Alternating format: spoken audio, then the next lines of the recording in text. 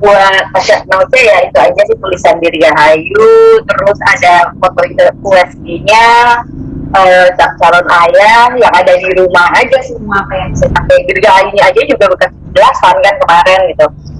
Apalagi ya, udah sih, udah itu aja sih. Thank you. Thank you. Selamat ya. Thank you.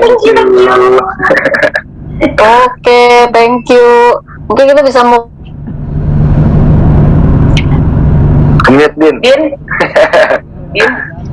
jangan kemute terusan. masa udah Ada. lagi belum?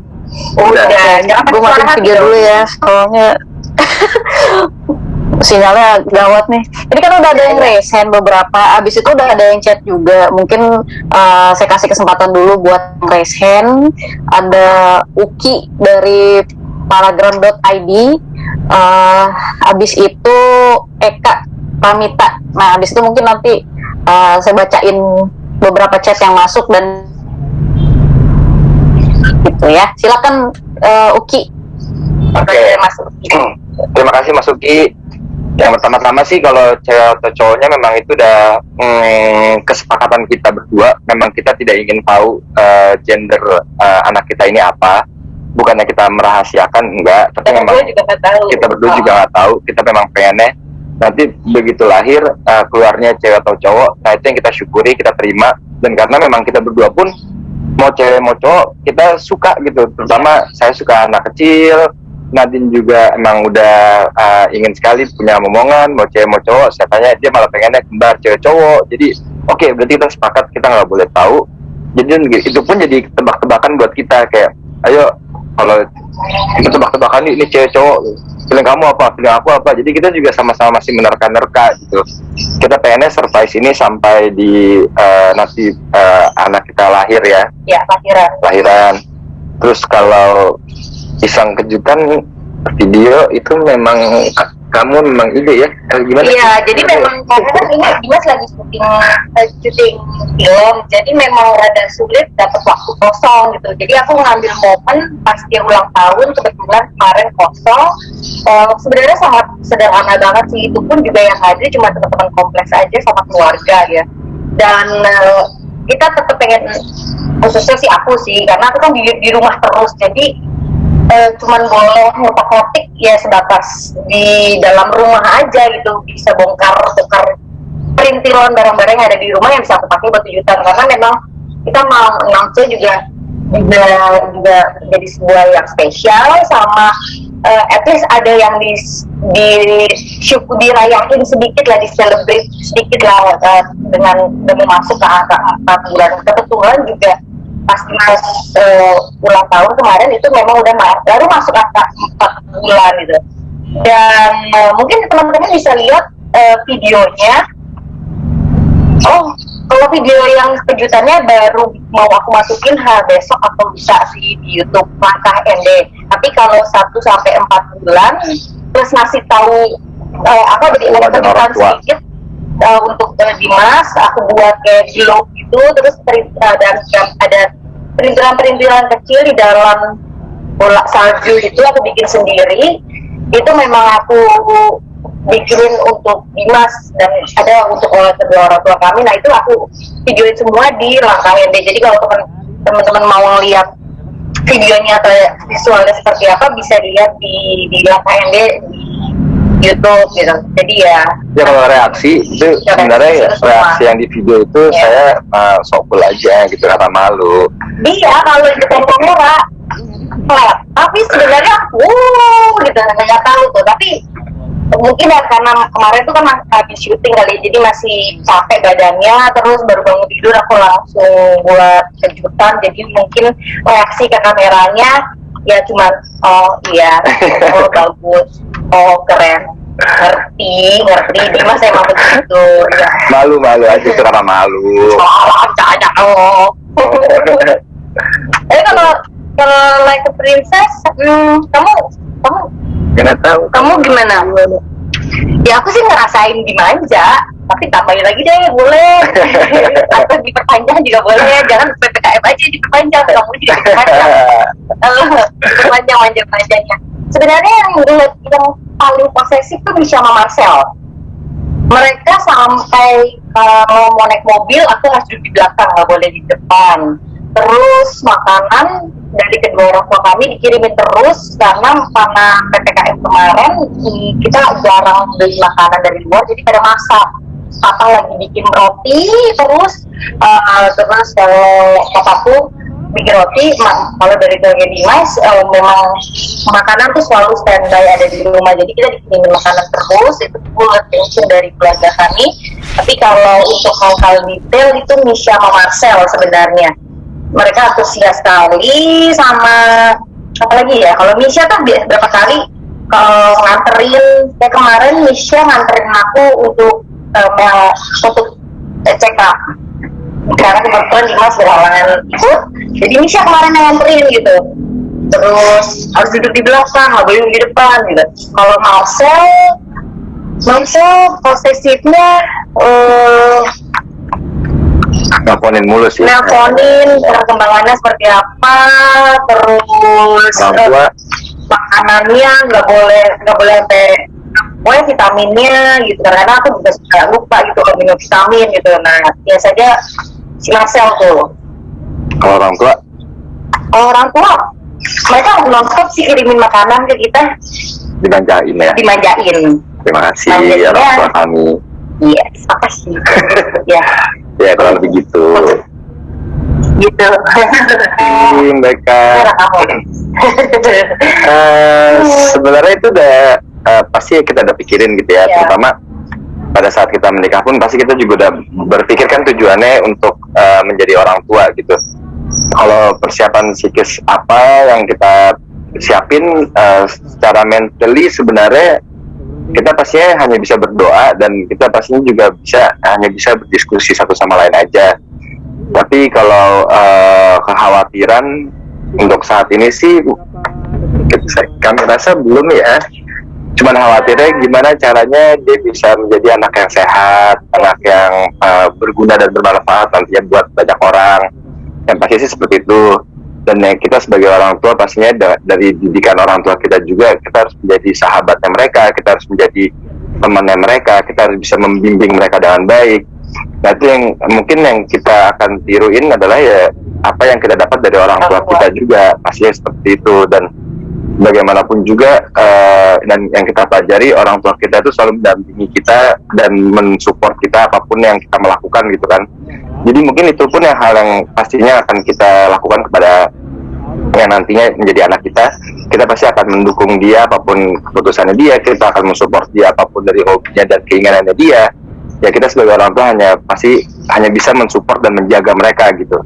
Jadi sampai sejauh ini yang kita siapkan adalah bagaimana kita bisa membimbing dia dan merawat dia hingga mensupport apa yang dia sayangi, apa yang dia sukai.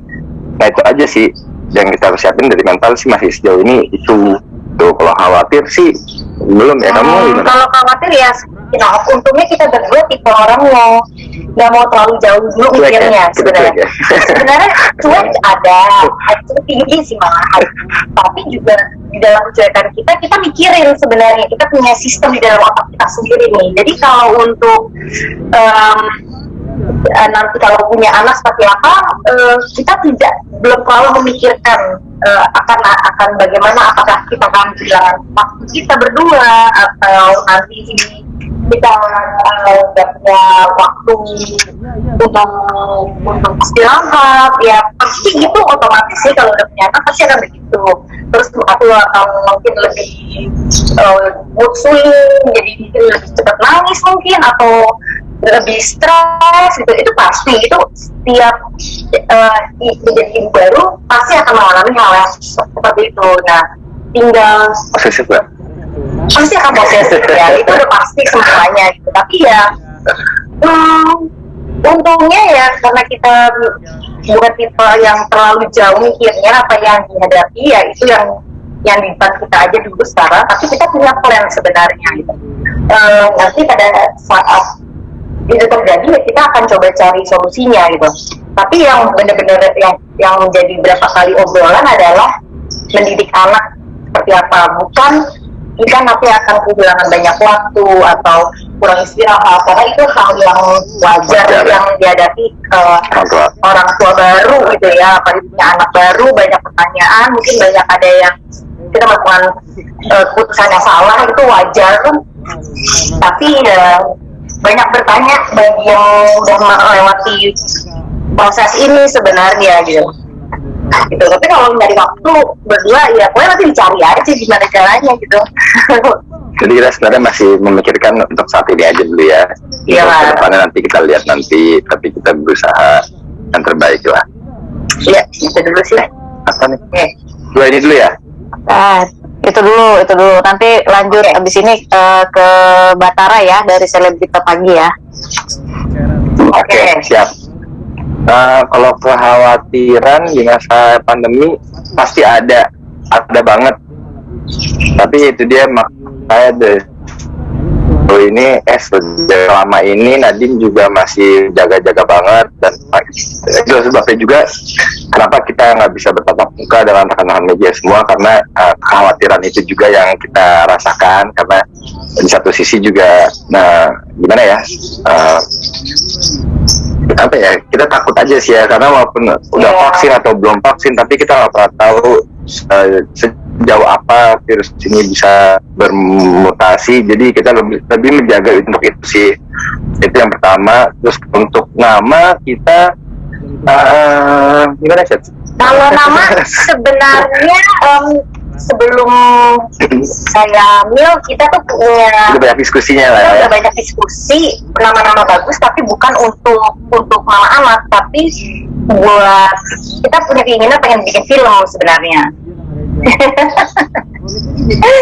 Jadi maksudnya kita pengen buat sebuah karya, baik itu film, baik itu puisi, baik itu series apapun gitu kita punya beberapa nama gitu, dan ada beberapa nama yang selalu terucap gitu. Jadi pada saat sekarang masuk 4 bulan ya, kita baru diskusiin untuk nama bagaimana nih, dan itu aja yang kita suka gitu.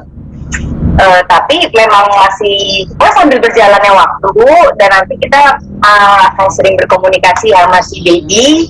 Kalau nanti tiba-tiba dia kicking, dia suka nama itu ya, artinya itu yang dipilih. Kita balik lagi ke baby-nya, dia mau nama yang mana gitu, dan merespon pertanyaan kita. Karena kita berdua percaya kalau sering diajak ngobrol, dia pasti akan tahu nih kalau lagi diajak main, diajak ngobrol, atau disuruh ini, ibunya lagi capek, terus kamu jangan banyak gerak, nanti diajak ngobrol mungkin dia akan mikir. Aku percaya banget itu bisa kejadian sih, nggak tahu ya, mungkin bisa masuk dari ibu yang udah jadi balik lagi kita udah mempersiapkan, tapi balik lagi ya untuk si bayinya dia mau yang mana. Silakan. Oke deh, kita langsung lanjut Mas Batara. Silakan Mas Batara ya. Dari Selebrita Pagi. Halo. Selamat ya atas kehamilannya sebelumnya. Aku mau nanya ini sih soal ya, kalau mau sesar normal sebenarnya kita belum putuskan sih, nanti pas sudah di 7 deh kayaknya, nanti di 7 bulan kita baru lihat apakah memungkinkan untuk normal. Kalau saya tidak memungkinkan, ya kita juga terbuka untuk sesar ya. Dilihat kondisinya aja sebenarnya gitu. Itu sih sebenarnya. Karena menurutku sekarang kedokteran kita juga udah benar-benar canggih ya gitu. Jadi kalaupun sesar hasilnya pun juga bagus, udah jahitannya juga oke gitu. Kalaupun normal juga dari pihak rumah sakit pun juga udah banyak yang kasih persiapan yang cukup matang. Jadi aku cukup pede melakukan dua opsi itu sih, aku nggak ada masalah. Melihat sikon aja nanti masih 7 bulan dan situasi hari haknya, misalnya situasi Indonesia juga seperti apa, itu mempengaruhi juga nanti. Kalau penampilan karena ini pertama kalinya pendek. Dulu kekuatanku rambut panjang, jadi kalau mulai kita traveling malas dan segala macam, udah buka aja rambutnya biar nggak terlalu laki gitu ya. Tapi kalau sekarang posisinya di rumah terus, kegerahan sebenarnya. Potong rambut ini tuh karena pertama memang aku udah sempat ngomong ke diriku sendiri kalau aku apa